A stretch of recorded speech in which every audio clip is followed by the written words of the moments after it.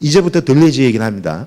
들레즈는 지금 이렇게 본 거예요. 이렇게 봤는데 그러면 19세기까지의 서양의 주류적인 철학의 생각이 뭐냐?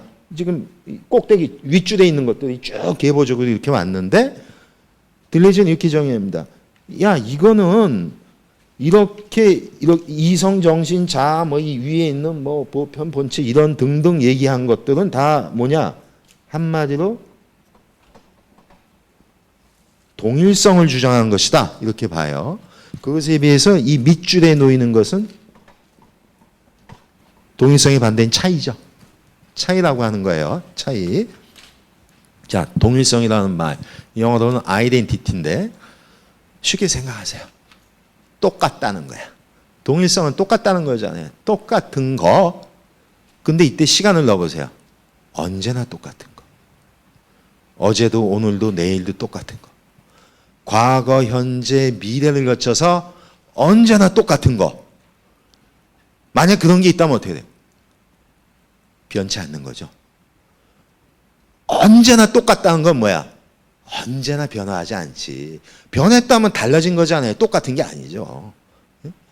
과거, 현재, 미래를 거쳐서 언제나 똑같은 거. 그게 동일성입니다. 그렇게 동일성이라고 하는 건 불변을 뜻하죠. 언제나 똑같다는 얘기는 언제나 변치 않고 똑같이 있는 거예요. 자, 찾아봅시다. 고대 철학에서는 이렇게 불변의 동일자, 동일성이 뭐였을까? 플라톤의 이데아였다고. 이 원의 가장 완전한 원의 정의는 언제나 하나잖아요. 하나의 것. 하나의 것이면서 사라지지 않는 그거. 이렇게 보면 그 대표. 고대 철학의 대표는 이런 동일성의 대표는 뭐였겠어요? 고대 철학에서는 이데아였지. 중세 철학에서는 이렇게 언제나 과거, 현재, 미래를 거쳐서 언제나 존재하는 것. 그래서 사라지지 않는 단 하나의 것이 뭐야? 신이지, 하나님이죠. 근세 철학으로 가면은 어제의 것, 오늘의 것, 내일의 것 언제나 똑같아야 될 것이 내 속에 있다면 뭐야? 이제 인간 속에서 찾아야 될 거 아니야. 그래서 근대 철학이 되면은 이렇게 세 가지가 되는 겁니다. 자, 이것이 일종의 전통적 철학에서 추구해왔던 동일성, 동일자의 대표란 말이에요. 그러니까 뭐 다 있어왔던 걸 제가 설명했는데 들레즈는 그것은 한마디로 뭐 이데아 됐건 신이 됐건 자아가 됐건 동일성이라고 볼 수 있어요. 똑같은 거. 그래서 언제나 변치 않는 거. 그것에 비해서 마주서서 밀려나는 타자들 이런 것들은 뭐예요? 다 특징이 다 변화하죠. 생성 소멸한다고.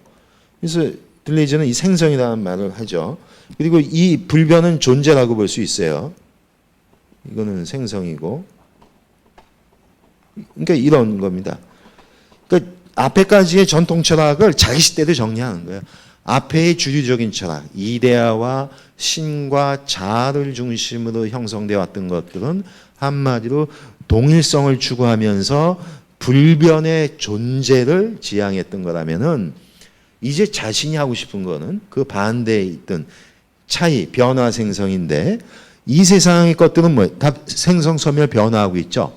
생성, 소멸, 변화해 간다는 얘기는 달라져 간다는 얘기죠.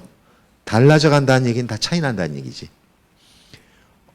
어제의 것과 지금의 것이 달라졌다면 어제의 것과 지금의 것은 차이가 나죠. 그래서 이걸 차이라고 합니다. 그래서 들레즈식으로 보면은 전통 철학이 동일성의 철학이라면 자신의 철학은 뭐예요? 차이의 철학인 거죠. 그리고 전통 철학이 존재 중심이라면 자신은 생성의 철학이라고 볼 수 있고, 그리고 이 생성하는 이것을 사건이라고 봅니다. 이제 이걸 설명할 거예요. 그리고 전통 철학이 이것을 실체라고 본다면은 들레즈 자신의 철학은 실체가 아닌 사건의 철학, 차이의 철학이고, 이렇게 전통적으로 계속 변치 않고 동일하게 남아있는 그런 실체와 같은 것이 있다면은 사람들은 그걸 붙잡고자 하지. 그래서 이데아를 향해서 가고자 하고 신을 신앙하고자 하고 자아를 중심에 놓고자 한다는 얘기예요. 불교식으로 보면 이제 집착인데 왜? 그놈을 잡고 그놈이 중심이니까 중심을 잡아야 안 헷갈리지. 그래서 그것을 정주라고 합니다. 거기에 눌러 앉아가지고 계속 머무는 거야.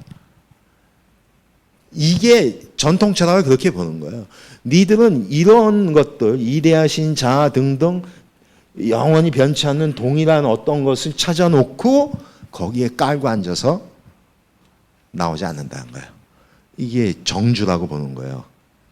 근데 그것에 비해서 자신이 지향하는 건 뭐냐? 이 세상은 실제로 끝없이 생성소멸하는 여러 가지 다른 것들, 차이 나는 것들의 반복만 있어요.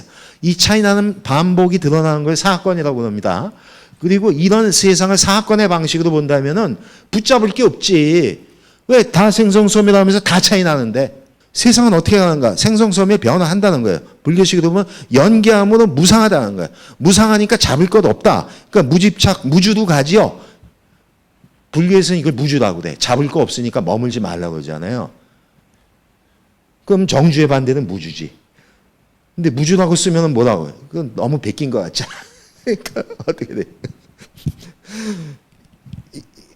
문화적으로 보면 이렇게 깔고 앉아 사는 거는 이제 정착 문명이죠. 근데 그게 아니고 계속 이동해야지. 유목이죠, 유목. 그래서 노마드라고 합니다, 유목. 그래서 이것을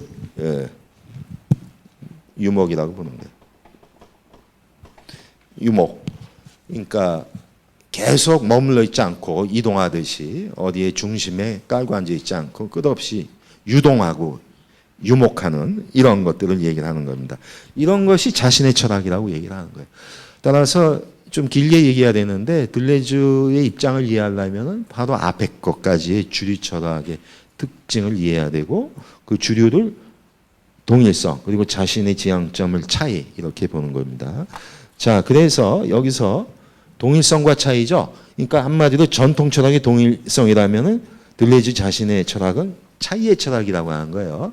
여기서 시밀라크르라고 하는 유명한 그의 개념이 나옵니다.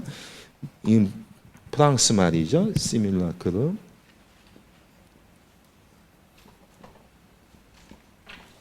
원래 시밀라크르는 흉내낸다. 흉내내니까 모방하는 거죠. 흉내내서 모방해서 세운 것을 일종의 우상이라고도 볼 수 있고 아니죠.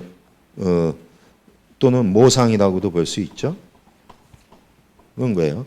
그러니까 원래 시밀라크르라는 불어 자체는 뭔가를 흉내내고 모방한 것이니까 뭐야? 진짜는 아닌 거지. 진짜 아니 어떤 사람이 무언가를 흉내낸다는 얘기는 진짜 어떤 것을 흉내내는 거잖아요. 흉내낸 것 자체는 진짜가 아니지. 그러니까 모상인 거예요.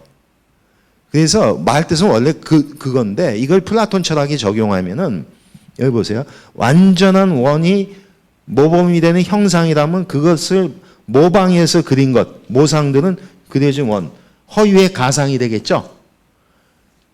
그러니까 시밀라크르라는 말 자체는 플라톤 철학에 보면 여기에 걸리는 것들이라고. 왜? 진실하고 완전한 이데아 형상을 흉내내고 모방한 것들은 뭐야? 이렇게 그리는 원들이잖아요. 우리 현실의 이 사물들.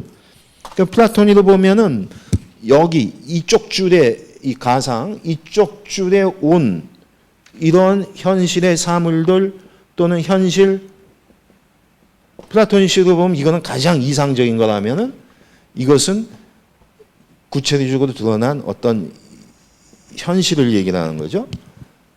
자, 어쨌든 현실의 사물은 플라톤이로 보면은 가장 완전한 형상을 흉내내고 모방한 어떤 것이잖아. 우리 현실의 사물이라고 하는 건. 그게 시밀라크르인데 플라톤이로 보면 그건데 여기서 얘기를 비꼬는 거예요. 그러니까 플라톤이로 보면 우리가 살아가는 이 현실의 사물들은 그야말로 가장 완전한 형상을 흉내내고 모방한 그야말로 가상 덩어리들에 불과한 거지. 그런데 이게 뭐야? 현실의 사물이 그런 거죠. 그래서 이 사람은 들려진 이렇게 합니다. 그 시밀라크르야말로 진짜라는 얘기예요. 아까 진짜 가짜 얘기했잖아. 실제. 진짜로 있는 게 뭐냐? 플라톤한테는 진짜로 있는 게 뭐야? 이 이데아지. 그걸 모방한 모상은 뭐야? 가짜로 있는 거죠. 예? 그리고 이 가짜를 시밀라크라고 볼 수 있는 거 아니에요? 불어식으로 보면은. 왜? 그것을 모방한 허위에 불과하니까. 그런데 들레즈는 거꾸로 하는 거야. 진짜는 외려 이게 진짜라고 하는 거야. 왜? 현실의 사무 이게 진짜인 거지. 도대체 이데아가 어디 있어? 제가 이랬죠 지금. 이데아가 어디 있어? 제가 자꾸 사회다니까 여기 있나? 이것에 대한 단서 그림이 있죠. 저기 라파엘로가 교황청에 그린 아카데미 학당 보면 가운데 노인네하고 젊은이가 한 사람은 이러고 있고 한 사람은 이러고 있어요. 뭐에 대한 제스처입니까? 이데아가 어디냐는 질문에 대한 답일 수 있어요. 플라톤은 이러고 있어요. 노인네는. 왜? 이데아가 어디 있습니까? 천정? 그게 아니라 이 세상이 아닌 어떤 초월적으로 있다는 제스처고 그의 제자 아리스토텔레스는 자연주의자거든요. 일종의. 그러니까 어떻게 돼? 그 이데아는 형상은 어떻게 돼? 사물과 같이 있다. 사물 속에 있다. 해서 이렇게 얘기를 해요. 자, 그러면은 지금 이데아와 같은 그런 것인데 그것은 초월적인 거고 진짜는 바로 플라톤이 보면 이데아와 같이 초월적으로 있는 진짜 어디에 있는 그런 거라고 얘기할 텐데 들레즈는 거꾸로 가는 거예요. 진짜로 있는 거는 이 세상의 사물이라고 보는 거지. 그리고 이 세상의 사물은 플라톤식으로 보면 시밀라크르라고 불릴 만한 거야.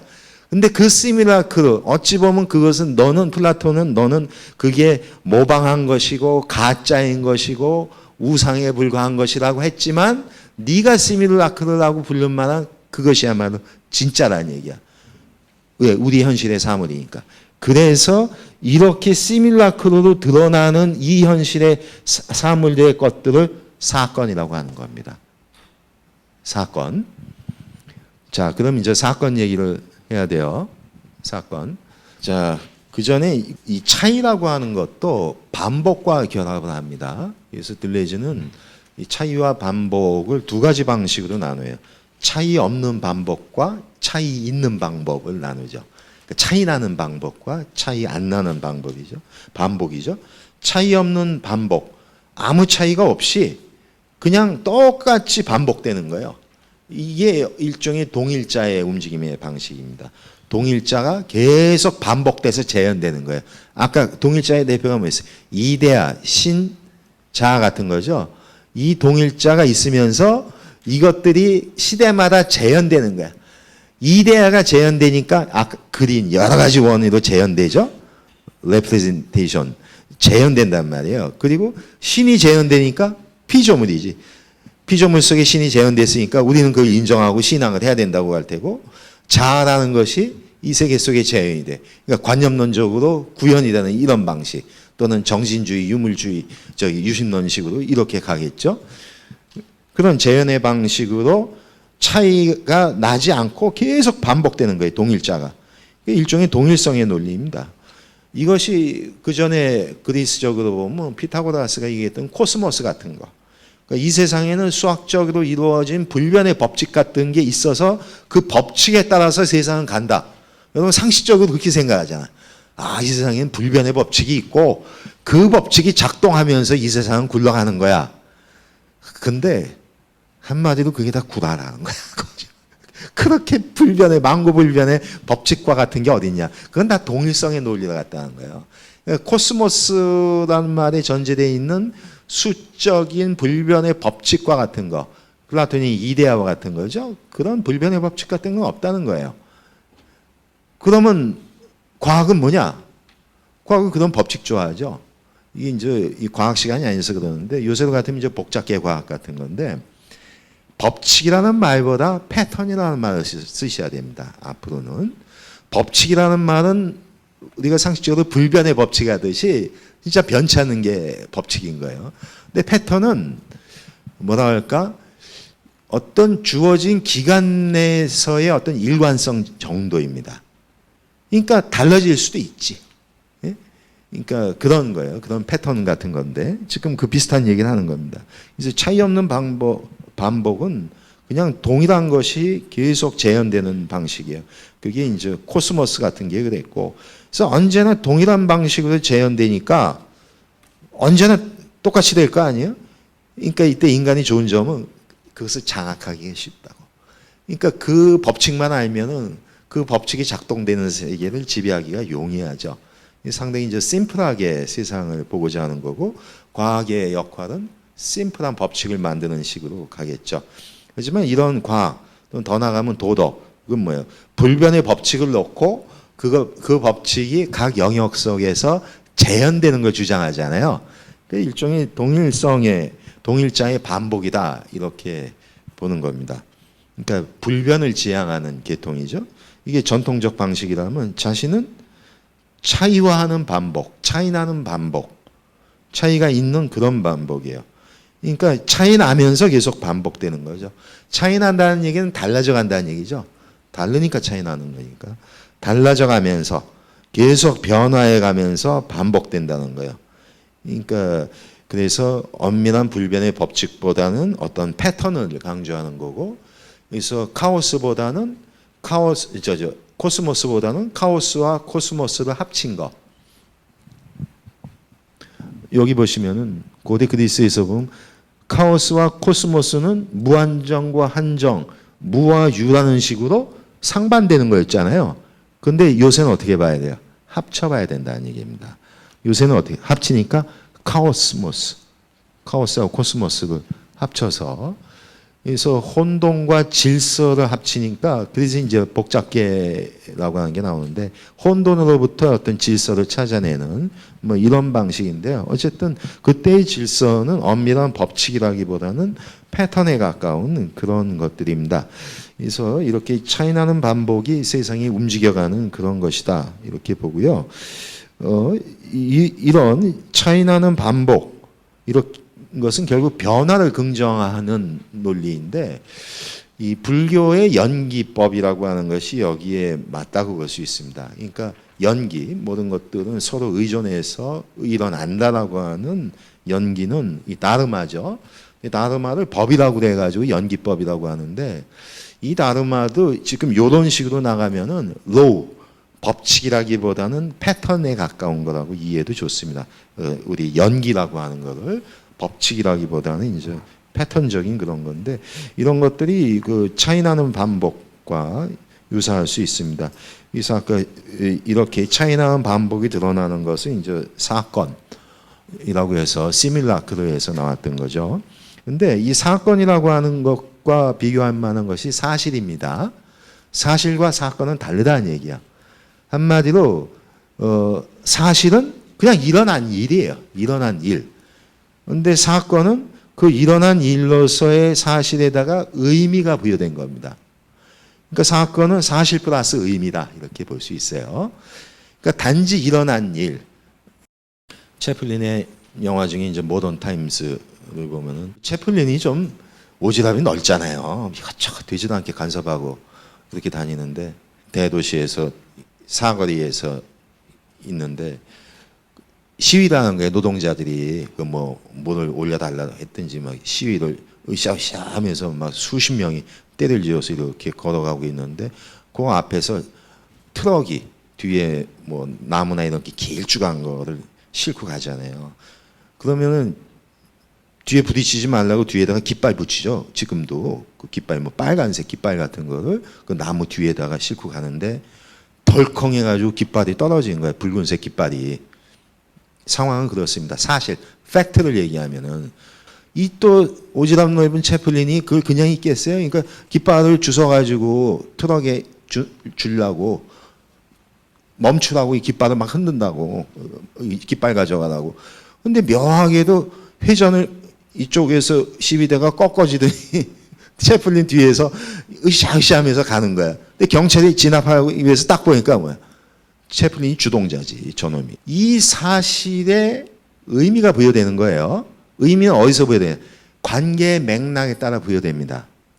예? 그러니까 이 시위대가 가고 있고 앞에서 채플린이 흔드는, 이건 사실이에요. 사실 팩트인데, 이것이 어떤 관계의 맥락에 놓이냐에 따라서 그 관계의 맥락이 트럭과의 관계로만 보면 어떻게 돼요? 이때의 의미는 뭐가 됩니까? 그때의 붉은 깃발은 주의의 뜻이야. 코션, 부딪히지 마세요. 주의하세요. 또는 채플린을 보면 우리가 아, 이 사람 참 선량합니다라는 그런 맥락이 돼. 그러니까 그 어떤 트럭과의 관계 맥락에서 보면은 그 의미는 주의를 준다든가 뭐 선량함이라든가 이런 것들이 돼요. 이게 사건이 되는 거고, 그리고 그 의미의 맥락이 그 시위대 쪽에 관계를 맺다 보면 어떻게 돼요? 이건 선동, 공산주의, 뭐 과격함 이런 등등의 의미가 붙겠죠. 따라서 사건은 사실의 의미가 붙은 것을 사건이라고 하는 거예요. 사실만 사건이 되는 게 아니라 의미들이 붙어 나가는 거예요. 한마디로 보면 관계가 사건을 만든다고 볼 수 있죠. 제가 계속 얘기하자. 그 다음 시간에 정리할 텐데 20세기처럼 관계론이라는 얘기예요. 관계론. 관계에 따라서 의미가 주어진다는 거고요. 자, 그래서 그의 철학은 차이의 철학이었고, 두 번째가 사건의 철학이고, 세 번째가 바로 유목의 철학이다. 왜냐하면은 그 전통 철학이 추구해왔던 동일성 같은 것들, 이데아, 신자 그 어떤 것도 중심의 역할을 하기 때문에 중심에 가게 되는 순간 거기에 정착하고 싶죠. 거기서 나오고 싶지 않죠. 그게 주인 자리인데. 그래서 거기에 정착을 하고 자신의 그 중심의 영토를 고집한다는 겁니다. 중심을 고수하고자 하는 거죠. 바로 이것은 동일성과 실체를 지향하는 방식으로 간다는 거예요. 그러면서 욕망을 억압하죠. 예? 왜? 이때 제가 근대 철학 도식을 얘기를 했지만은 주류의 자리에 가는 게 이성이라면은 그 밑에 가는 거는 감성과 그 감성이 표출되는 욕망 같은 거예요. 그러니까 이성에 의해서 욕망을 억압하는 이런 식의 장치들을 쓴다는 거죠. 그거는 신이 중심에 있을 때에 당연하죠. 신의 중심에 서서 피조물들의 욕망의 억압이죠. 그러니까 아주 철저한 금욕주의로 가는 이런 방식으로 전개가 되죠. 근데 그것에 비해서 동일성이 아니라 차이와 사건을 강조하는 식으로 보다 보면은 어디에 머무를 수가 없다는 거예요. 왜? 모든 거는 다 차이 나는 사건들의 연속이기 때문에 붙잡을 수 있는 게 없잖아요. 그러니까 어느 것도 머물러 있을 수는 없다. 그래서 탈영토와 어떤 영토를 고집할 수 없다는 거고요. 또 탈중심, 어떤 중심을 고수하지 않는다는 거고, 이것이 바로 차이와 사건의 철학에서 나오는 어떤 그 행위 지향이 그렇다는 겁니다. 그래서 이것은 욕망의 억압이 아니라 욕망의 분출 같은 이런 거예요. 여기서 이제 20세기의 또 하나의 특징이 나옵니다. 욕망의 문제입니다. 어찌 보면 욕망과 관련해서 보면 19세기까지 서양은 욕망의 억제가 중심이었다고 볼 수 있어요. 왜냐하면 주류 철학이 이성 철학이니까 이성의 반대에 있고 이성보다 급이 낮다고 보는 감성과 감성의 표출로 드러나는 욕망은 눌려야 되는 것이죠. 그거는 놔두면 안 되는 그런 겁니다. 그리고 정신의 반대인 물질인데 인간한테 물질은 육체죠. 그러니까 감성과 육체가 결합된 욕망은 언제나 이성과 정신에 의해서 눌러야 되는 그런 거예요. 근데 이런 것이 19세기까지였는데 들리지 말고 심리학에서 보면 프로이트가 나오죠. 무의식이 나오는 거예요. 근데 이런 거 정신과 이성에 의해서 육체와 감성의 욕망을 억제하는 것들이 바로 의식 중심의 사고였다는 얘기라고. 근데 사람은 그렇지 않다는 거예요. 외려 그거를 지배하는 거는 더 큰 영역 또는 더 근본적인 무의식. 무의식이라니까 의식이 없다기보다는 의식이 아닌 어떤 것이 있다는 얘기죠. 근데 이제 프로이트는 비판받는 게 의식이 아닌 무의식, 의식에 의해서 지배되지 않고 오히려 의식을 있게끔 하는 어떤 근원적인 것이 의식이 아닌 무의식이라고 했는데 그것의 내용을 주로 리비도, 성적 충동 같은 거 위주로 봤어요. 그래서 이제 그 뒤에 그 융이 거기에 대해서 이제 비판하면서 나오는 게 그래 의식보다 무의식이 더 근본적이라고 본 거는 중요하다. 하지만 무의식의 내용이 반드시 성적인 것만을 포함하는가? 그거보다 더 넓게 봐야 된다. 그래서 역사성을 집어넣습니다. 이게 또 20세기 특징 중에 하나예요. 근데 이 19세기에 비교하면은 19세기도 역사를 강조했는데 그때는 역사 철학이라고 해서 역사의 주인 찾기로 갔다고. 역사의 주체 찾기. 이게 그냥 수많은 일이 벌어지는 것 같지만 이 이면에는 역사가 어떤 방향을 향해서 가는 거 아닐까 하는 그런 느낌이 들 수도 있어요. 그런 식으로 완전히 휠 받았던 사람들이 19세기 철학자들이라고. 그 사람들은 역사가 지역사나 자국사만 아니라 인류사 전체를 놓고 뭐 원시 시대부터 고대, 중세, 근대 사회 쭉 역사가 가는데 이게 어떤 것이 주체가 돼서 이 역사를 어느 방향으로 가는가 거기에 관심이 있었어요. 그게 역사 철학이죠. 그래서 그 주체와 주인의 자리를 정신으로 보면 해겔 변증법이 되는 거고 물질로 보면 막스식의 변증법이 되는 건데 이런 거대 역사 철학이었다고. 역사가 그 주체가 어디를 끌고 가느냐 하는 그 방향성이었는데 20세기의 현대 철학에 오면 역사 철학이라기보다는 역사성을 강조합니다. 어떤 것에 잠복되어 있는 누적의 것들. 왜 그랬겠어요? 그거를 주장하는 사람이 인정하든 안 하든 진화론과 관련된다고 봐야 됩니다. 진화론이라고 하는 것은 아주 혁명적 발상인데 생명을 역사적으로 이해하는 거예요. 이 생명을 이 현재의 것이 현재의 것만이 아니라 누적된 역사의 흐름 속에서 변천되어 온다. 베르그송식으로 얘기하면 창조적 진화죠. 지속된다는 거야. 끝없이 변화하면서도 나름의 종적 고유성은 유지되면서 가는 거. 그런 것을 지속이라고 했잖아요. 뭐 그런 역사성을 강조하죠. 우리가 그 후설에게 있어서 그 진료의 역사성 하듯이 그런 내면에 누적된 히스토리를 강조하는 그런 이 경향들이 있죠. 이 무의식을 얘기할 때 이렇게 개인의 성적 리비도만 무의식으로 보면 안 된다. 왜? 개인은 거대한 인류의 하나이죠. 그러니까 인간 전체에 누적된 역사성이 있다는 거예요. 그래서 집단 무의식을 얘기합니다.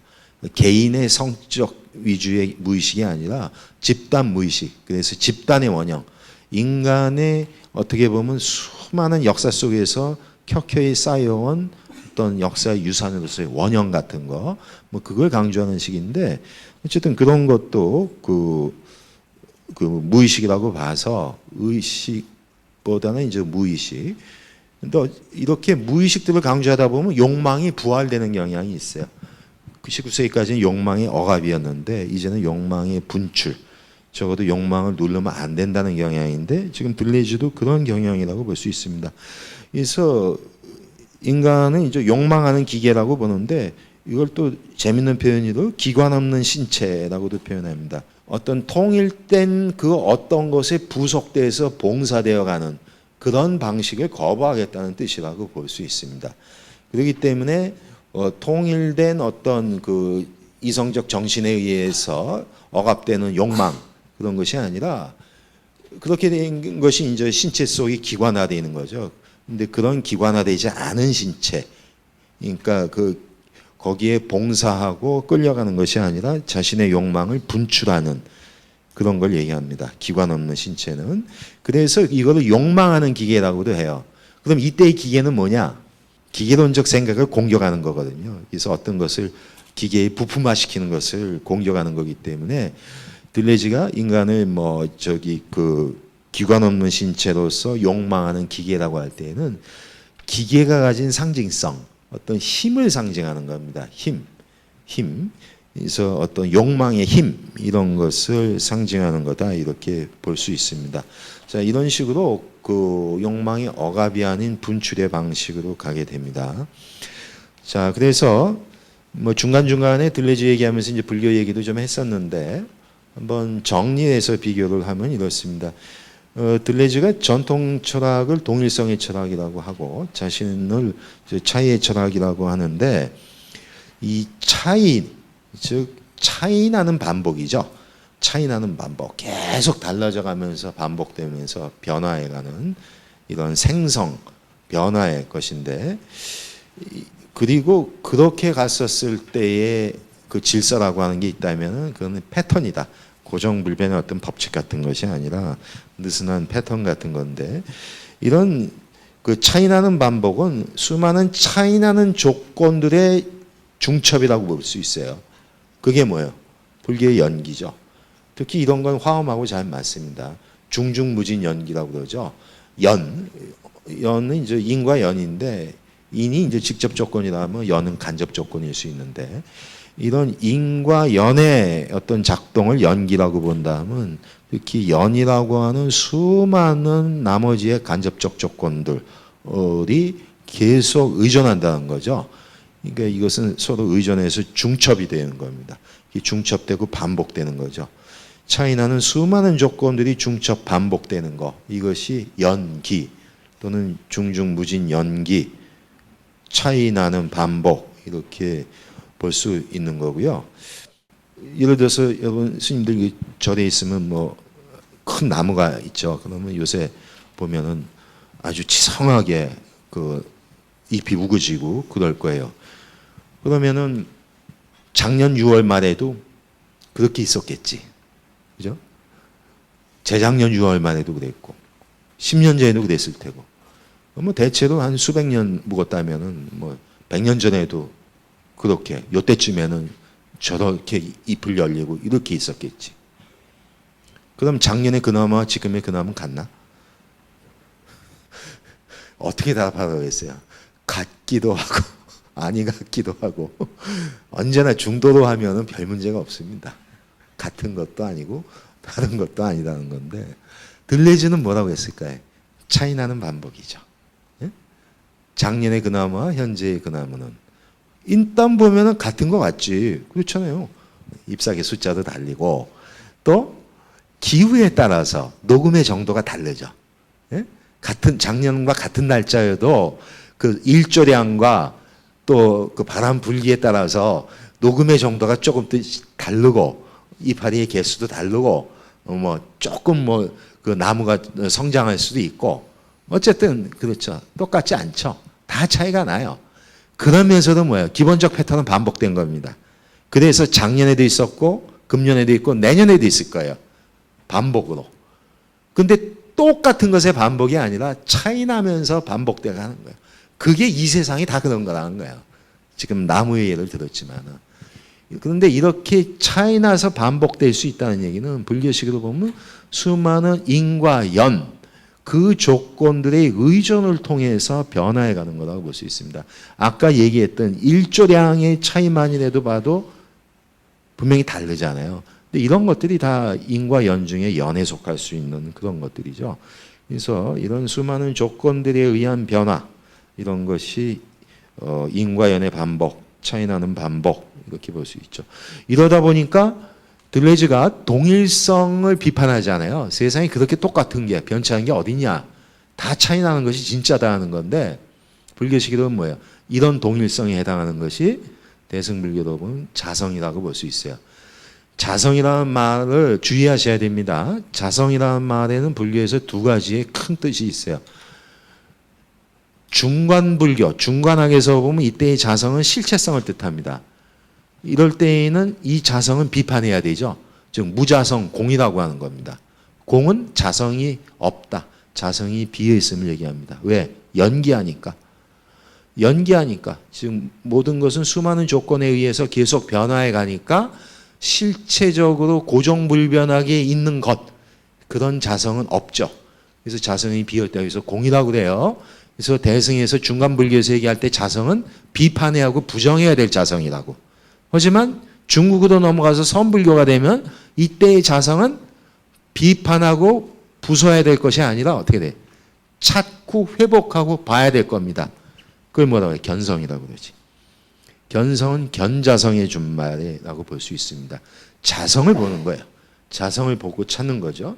그럴 때의 자성은 뭐예요? 내면의 불성이지. 자신의 불성, 자불성을 또 자성이라고 할 수 있죠.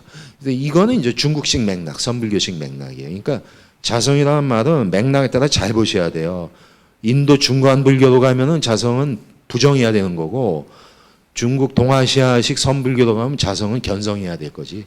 우리가 찾아내고 회복해야 될 거니까 이 상반대로 보는데, 여기서 인도 중관학에서 비판하는 무자성 공할 때의 자성은 실체성이죠. 그 실체성이 들레즈가 비판하는 동일성 개념과 통할 수 있다고 볼 수 있습니다. 왜냐하면 그 동일성이야말로 계속 변치 않고 동일하게 남아 있는 건데, 그리고 자기 홀로 있는 그런 거죠. 근데 그 스바브아바, 우리 자성이라고 했던 것이 바로 자기 혼자 있는 것이면서 동시에 고정불변하게 자신만의 본질을 계속 유지하는 거기 때문에, 그 들레즈 입장에서 세상이 차이나는 반복으로 계속 생성 변화한다고 보는 입장에서 보면은 어떠한 동일성도 인정하지 않잖아요. 다 차이난다. 똑같이 보면 세상은 연기한다고 보죠. 불교에서 연기함으로 세상은 무상하게 계속 변해 간다고 보니까 자성과 같은 실체성은 비어 있다. 무자성 공이라고 보죠. 그러니까 이런 무자성 공의 입장은 들레즈가 동일성을 비판하는 관점과 상당히 통할 수 있다는 것이고요. 그리고 또 하나, 그가 그 사건 얘기를 하지 않습니까? 그 어떤 실체가 아니라 사건으로 봐야 된다. 왜? 세상은 다 차이나는 반복이니까. 그래서 이때의 사건은 이 수많은 관계들에 의해서 이제 형성된다고 그랬죠. 의미가 들어가야 되니까. 그래서 이 사건, 들레즈가 얘기하는 사건에 가장 잘 들어맞는 게 뭘까? 불교에서는 사입니다. 화엄에서 사사무예 법계 그러죠. 이법계, 사법계, 이사무예 법계, 사사무예 법계. 사법계 중에 사사무예 법계가 최종적 단계잖아요. 그때 그 사사가 사건이라고 볼 수 있습니다. 그래서 그 불교 맥락에서 이제 이와 대비되는 그 사가 나온 거고, 이제 성리학식으로 보면 이에 대비로서 기가 나올 텐데, 우리가 외려 성리학보다도 먼저 이를 주장했기 때문에 이에 대비해서 우리는 사라고 그러죠. 그러니까 중국 황엄식으로 얘기하면 우리의 현실이 있잖아요. 이거는 사입니다. 다 사건이에요. 그러니까 뭐라고 할까? 저는 그래서 이렇게 표현합니다.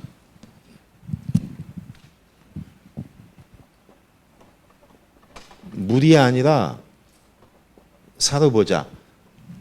이게 불교의 입장이기도 하고 들레즈의 입장이기도 하다, 이렇게 생각을 합니다. 이 물이라고 하는 것은 사물로서 어떤 실체 같은 거라는 거야. 고정된 어떤 그 실체성 같은 그런 걸로 우리 다 보죠, 사물을. 근데 그런 물로 보지 아니라 사건으로 보다니, 사건. 이때의 사건은 의미가 부여된 그 사실을 얘기하는 식이죠. 그리고 이건 뭐예요? 관계 속에서 나온다고 그랬잖아요. 이 사건이라고 본다는 얘기는. 이거는 나중에 그 정리할 때 또 한번 얘기를 할 텐데요. 그래서 이렇게 사건으로 보자 하는 얘기. 그러니까 동일성이 아니라 차이로 보고 실체가 아니라 사건으로 보자는 얘기는 물이 아니라 사로 보고 이 사사가 연기적 인드라의 그물망 속에 들어가서 보면 어떻게 돼요? 서로 장애됨이 없지. 그래서 무해하다고 하는 거예요. 사와 사건과 사건이 무해하는 것을 사건과 사건이 융섭하다고 표현할 수 있습니다. 그런 세계를 뭐냐? 법계라고 얘기하죠. 법계. 근데 그때 얘기하는 사사 것이 취지상 보면 이 들레즈가 얘기하는 사건 개념과 상당히 잘 맞습니다. 왜냐하면 세상을 생성 변화하는 관계론적으로 보잖아요.